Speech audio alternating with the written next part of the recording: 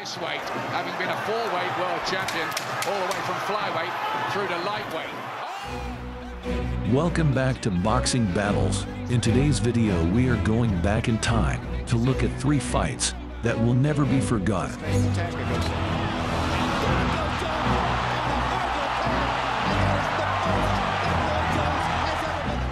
Boxing is one of the most brutal combat sports on the planet. For decades, we have been captivated by this bloodthirsty sport. Over centuries, the martial art of boxing has evolved into one of the most popular sports in the world. Only a small percentage of individuals will ever step foot into a ring and fight in hand-to-hand combat. These few warriors put their lives on the line every time, knowing the consequences can be fatal. In this episode, we will look at the history of boxing with our interpretation of the greatest fights from some of the best battles to ever exist. These breathtaking fights had a huge impact on the history of boxing. These are legendary fights that captivated an audience of millions from around the world, which had us gripped and left us forever wanting more. If you enjoyed today's video, please like and subscribe. Here on Boxing Battles, we take you for a blast in the past and reminisce about some of boxing's greatest moments. What fitness, what heart from Klitschko, but the fight has been stopped. Lift off for AJ! Following a surprise defeat to Muhammad Ali in one of the most historic fights in boxing history, George Foreman returned from Africa not just a former champion, but a man psychologically wounded. Everybody stop talking now. Attention.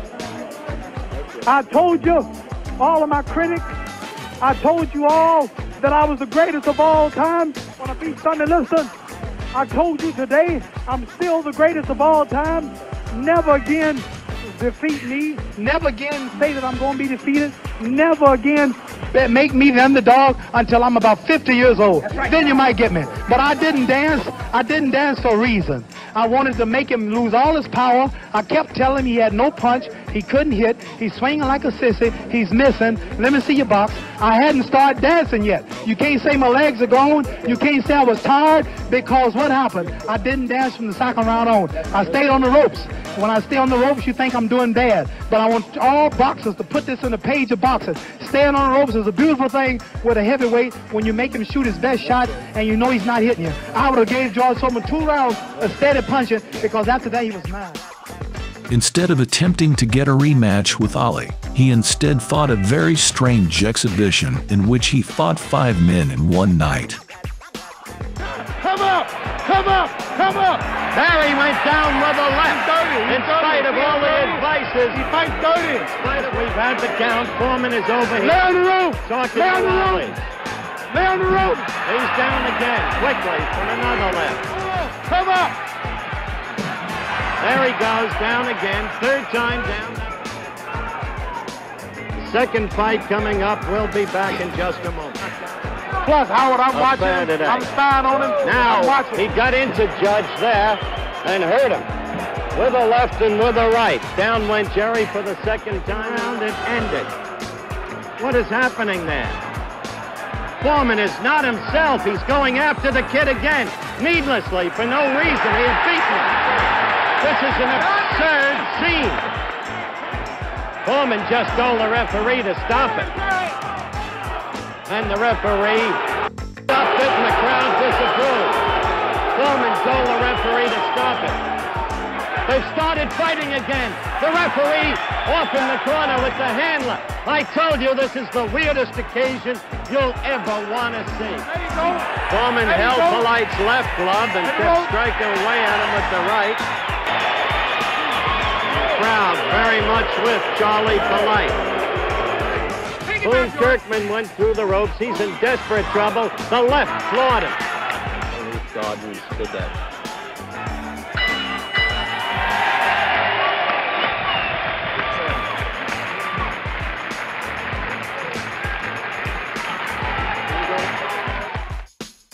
That was the only time he stepped into a ring in front of a paid audience until his fight with fellow heavyweight contender Ron Lyle. Both men were looking for a rematch with the self-proclaimed greatest. The result was one of the greatest fights in the history of the heavyweight division. Ron Lyle entered the fight with a record of 31 wins, 3 losses, having lost decisions to both Jerry Quarry, Jimmy Young, and was an 11th round TKO victim of Ali. Ali signaled to the ref to stop it, and the ref hasn't stopped it. Lyle just stands and takes it, but he stopped it now. 11th round, it's all over. Lyle was a decent boxer with very good power, having stopped Buster Mathis, Larry Middleton, Jurgen Blinn, and slugger Ernie Shavers, whilst beating Oscar Bonavena on a points decision. That's something. Whew. Only certain guys can do that. Ron Lyle was one guy who could hit you so hard it didn't hurt. No one else did.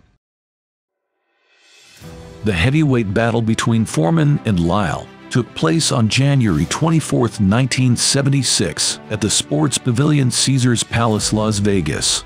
As the bell rang for the opening round, Lyle came charging out, swinging wildly and missing with a big right hand. He's got to win. A wild, almost amateurish right as Lyle came charging out. For the first 2 minutes of the fight, Foreman was trying to utilize his left jab. Foreman was rusty and it showed.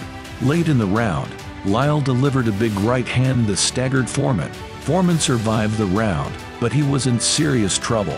Lyle showed he had no fear of the big Texan. A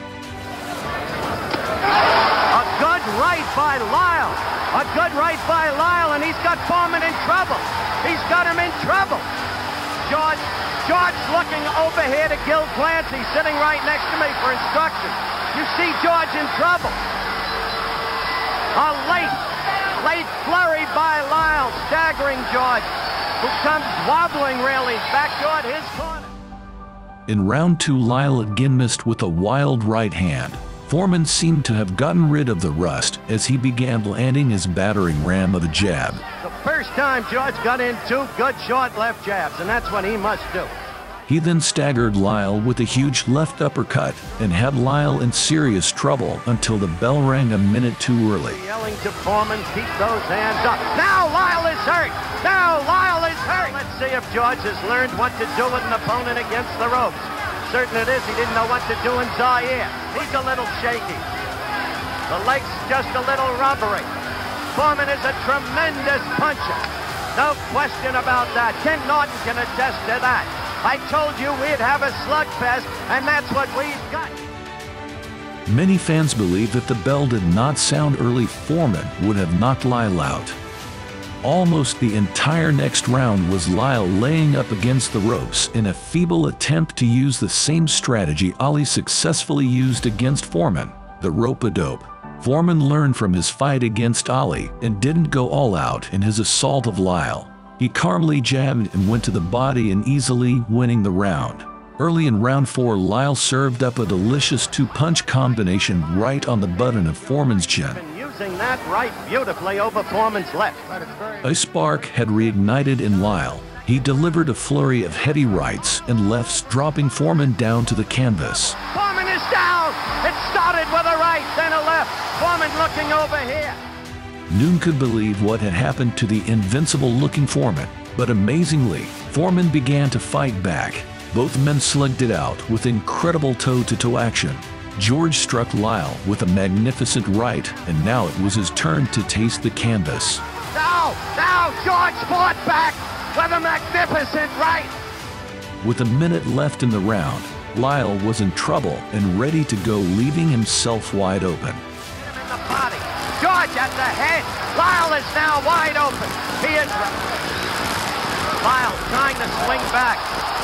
This isn't artistic, but it is slugging. As the two warriors went to war, Lyle unbelievably staggered Foreman with a barrage of shots, then dropped him with a titanic right hand.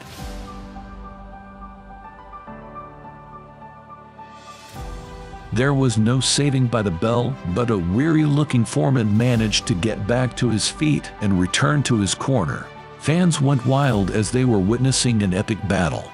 Round 5 was just as good.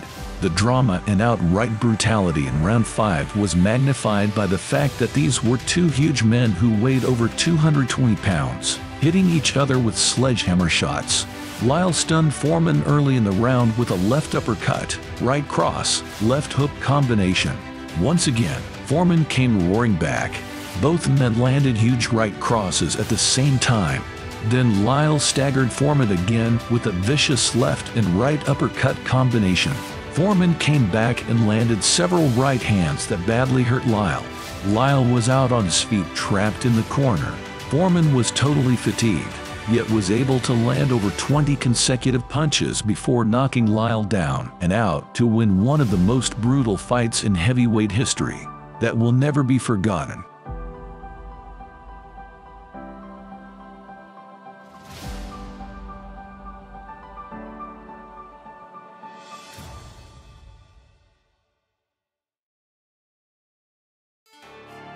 On December 2, 2000, two unbeaten warriors who could both pack a punch met in Las Vegas to battle it out to see who was the 154-pound king. Felix Trinidad, then with a perfect record of 38 wins, no losses, met Fernando Vargas, who was undefeated with 20 wins and no losses. Fans everywhere expected a battle, and that is exactly what they got. Tito was the reigning WBA light middleweight champion, while Vargas, a fiercely proud Mexican-American, was the IBF ruler. Both men were filled with pre-fight confidence. Trinidad, 27, came into the bout with more big fight experience and as a narrow favorite, beating some big names such as Pernell Whitaker, David Reed, and Oscar De La Hoya. For the winner by majority decision, de Puerto Rico, and the unified welterweight champion of the world,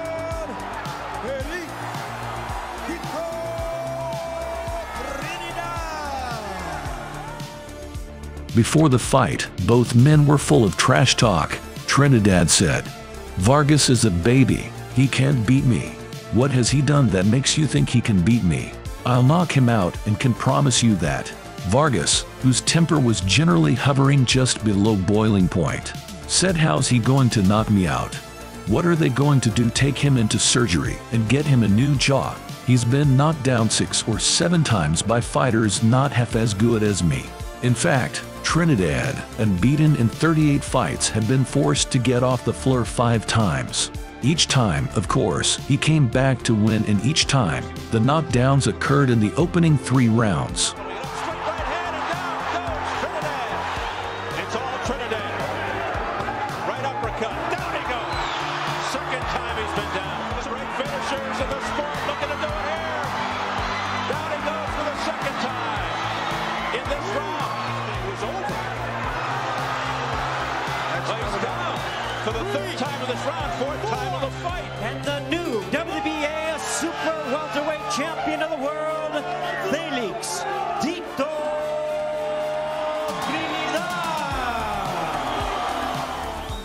Vargas would later go on to claim in an interview that Tito cheated in their bout by using loaded hand wraps. They could kill me for what I'm going to tell you. I said, okay. He said, watch his hand wraps. I said, what? Watch his wraps. I said, what the fuck does that mean? And so when we fought, I had never been down as amateur and pro or as a pro. And I couldn't believe the strength. And you can see my knock when I got knocked down. And you can see my face. I'm like, what the fuck? I felt an explosion in my head each time.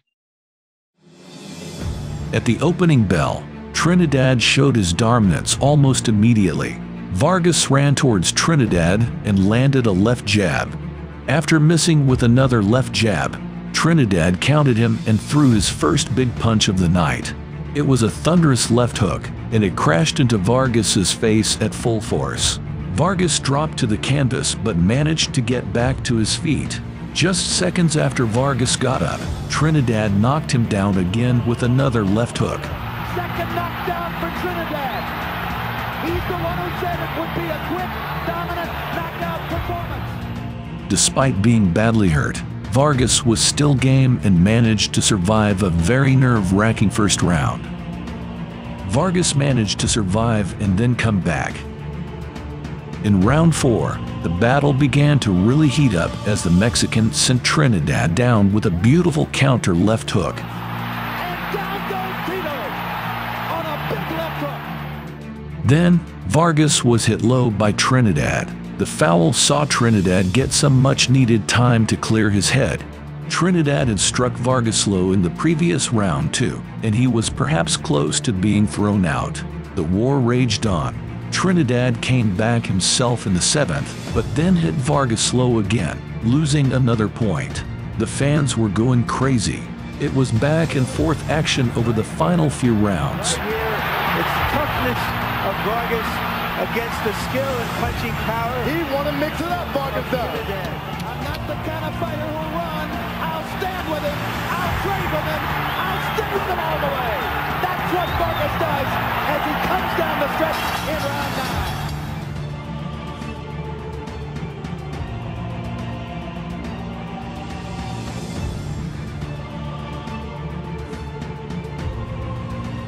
Vargas fired in a low blow of his own in the 10th, also losing a point himself. The end of the fight came in fierce fashion as Trinidad sent Vargas down to the canvas 3 times in the 12th and final round. Down goes Vargas on a big left hook.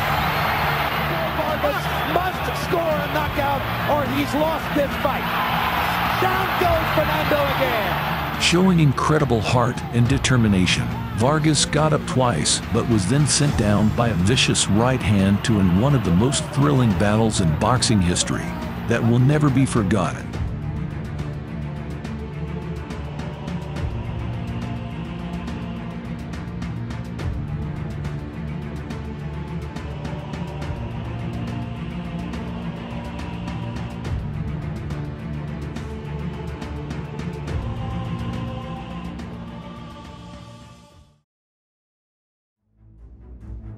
On June 28, 1997, one of the most insane moments in boxing history took place when Mike Tyson bit off a portion of Evander Holyfield's ear in the 3rd round of their much-anticipated rematch. Billed as the Sound and the Fury, and afterwards infamously referred to as the Bite Fight, was a professional boxing match contested between Evander Holyfield and Mike Tyson for the WBI Heavyweight Championship. Tyson and Holyfield had fought 7 months earlier in Las Vegas. Tyson was making his first defense of the WBA Championship he had won from Bruce Seldon in a first-round knockout. Straight up there. Now that's not... Oh, down goes Bruce Seldon. He had a nice long rest there, but he has felt... Back comes Seldon. And Tyson with a left hook, and Seldon is down on his stomach. It's over. And that's it. It's over in the first round. Holyfield, despite being a former champion, was a significant underdog entering the match as he had been rather lackluster in several fights since he returned to fighting in 1995 after a brief retirement. However, Holyfield surprised Tyson in the boxing world by controlling the contest and knocked him down in the 6th round. Holyfield's closing this round like a champion, like the overachieving warrior that he is. Oh, down goes Tyson. A left hook. The referee Mitch Halpern stopped the fight in the 11th round, giving Holyfield an upset victory. Holyfield smothers Tyson, looking to put Tyson down and end the fight. Tyson is not in trouble. Holyfield continues to dig in. A left hook to the head. He's got Tyson in trouble. Tyson's ready to go. A straight right hand. Mitch Halpern stops the fight, and Holyfield has... I can't believe what I'm seeing. It's the most unbelievable thing I've ever been privileged to witness. When the rematch was signed, Halpern was again assigned to be the referee. Tyson's management objected, with the official reason being that they wanted a different referee for the rematch. It was believed, though never confirmed, that the actual reason why Tyson and crew objected to Halpern's assignment was that Holyfield had clashed heads with Tyson several times during the course of the first fight, and Halpern ruled them all accidental. Mitch Halpern again calls time. Accidental headbutt. Accidental headbutt. Who's cut? Tyson is cut. The Nevada State Athletic Commission ruled against the Tyson camp, but Halpern willingly withdrew from the fight days before because he felt his presence would be a distraction. The assignment was instead given to the veteran Mills Lane, who had worked 6 previous fights featuring Tyson and 7 featuring Holyfield. This is me, and I'm going to do what I believe is right, and if I make a mistake, I'm going to tell you I screwed up. I'll admit it. As the rematch approached, Tyson knew his fierce reputation would be in tatters if he failed to beat Holyfield at the second attempt. The extraordinary pressures he faced both in and out of the ring would manifest in one of the most shocking events in sporting history.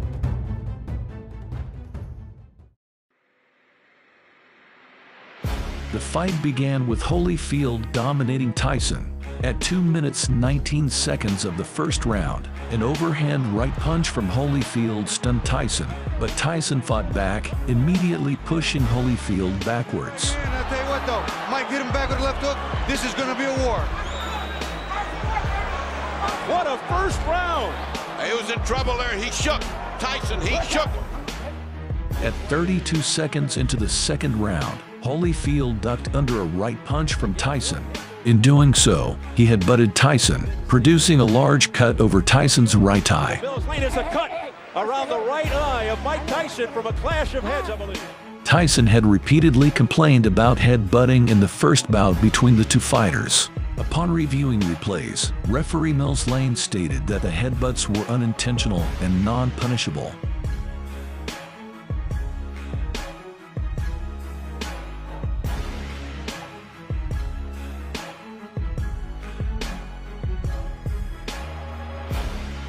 As the bell rang for round 3, Tyson came out of his corner without his mouthpiece.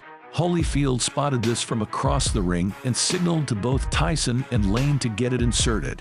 Tyson inserted his mouthpiece, got back into position, and the match resumed. Tyson began the third round with a furious attack. With 40 seconds remaining in the round, Holyfield got Tyson in a clinch, and Tyson rolled his head above Holyfield's shoulder and bit Holyfield on his right ear. 2 looks at that one, at that bite. Now here's the bite.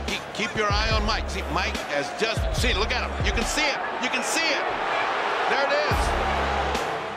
A 1-inch piece of cartilage was torn from the top of Holyfield's ear, which Tyson spat out onto the ring apron. Holyfield screamed. He bit my ear as he leapt into the air in pain and spun in a circle, bleeding profusely from the bite wound. Lane stopped the action, but Tyson managed to rush Holyfield from behind and shoved him into his corner. Lane separated the men, moved Tyson to a neutral corner, and went back to check on an enraged Holyfield.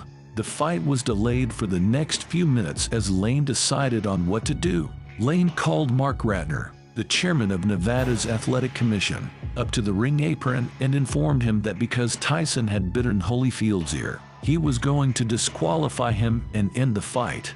Meanwhile, ringside physician Flip Hamansky was performing his own check on the champion, and Lane decided to defer to him. Once Hamansky cleared Holyfield to continue the fight, Lane decided to allow the bout to continue, but not before penalizing Tyson with a 2-point deduction for the bite. As Lane explained the decision to Tyson and his cornerman, Tyson argued that the injury to Holyfield's ear was the result of a punch, which Lane replied to as bullshit. Bullshit! Shortly after the action resumed, Tyson bit Holyfield's left ear, which was missed by Lane, and both fighters swung killer blows at one another. The bell rang to end perhaps the craziest round in boxing history. And when replays confirmed a second bite, Lane disqualified Tyson immediately. After the match was stopped, mayhem erupted with Tyson taking swings at Holyfield's team, his own team, MGM Grand Security, and even a couple of police officers. Tyson is just taking swipes at anybody in front of him. When all the madness had eventually calmed down, the former champion was interviewed outside his dressing room.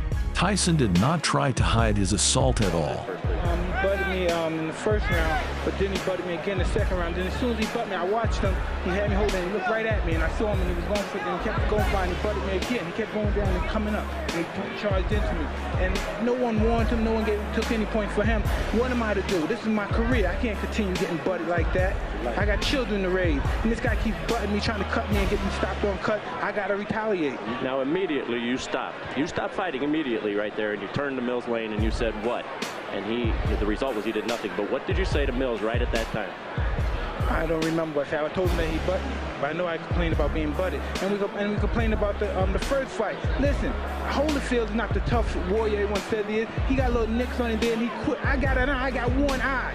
I got one eye, he's not impaired, he got ears. I got one eye, big deal. If he take one, I got another one. I'm ready to fight. He didn't want to fight. I'm ready to fight him right now. Mills Lane, no. Mills Lane stopped the fight. It wasn't Holyfield who stopped it. Oh, he didn't want to fight. He didn't want to fight. Let me ask. We don't know what Mills did. Don't put nothing on Mills. Well, Mills said he stopped the fight. You bit him. Was that a retaliation for the eye when you bit him in his ear? Regardless of what I did, he bit me for 2 fights. But you got to address it, Mike. I did address it. I addressed it in the ring. Why did you do that, though, Mike? I mean, was that the proper response? Look at me. Look at me. Look at me. Look at me. I got to go home and my kids are going to be scared of me. Look at me, man.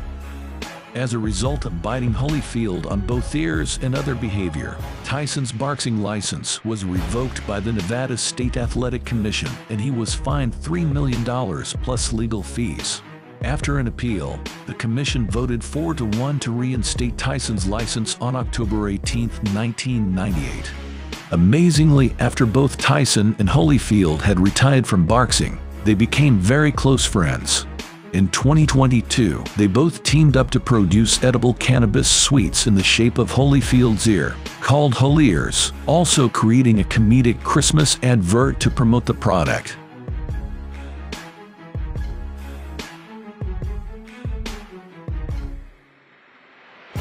I'm not sure you could exactly call the fight itself a classic, but it will always be remembered as one of the craziest fights in boxing that will never be forgotten.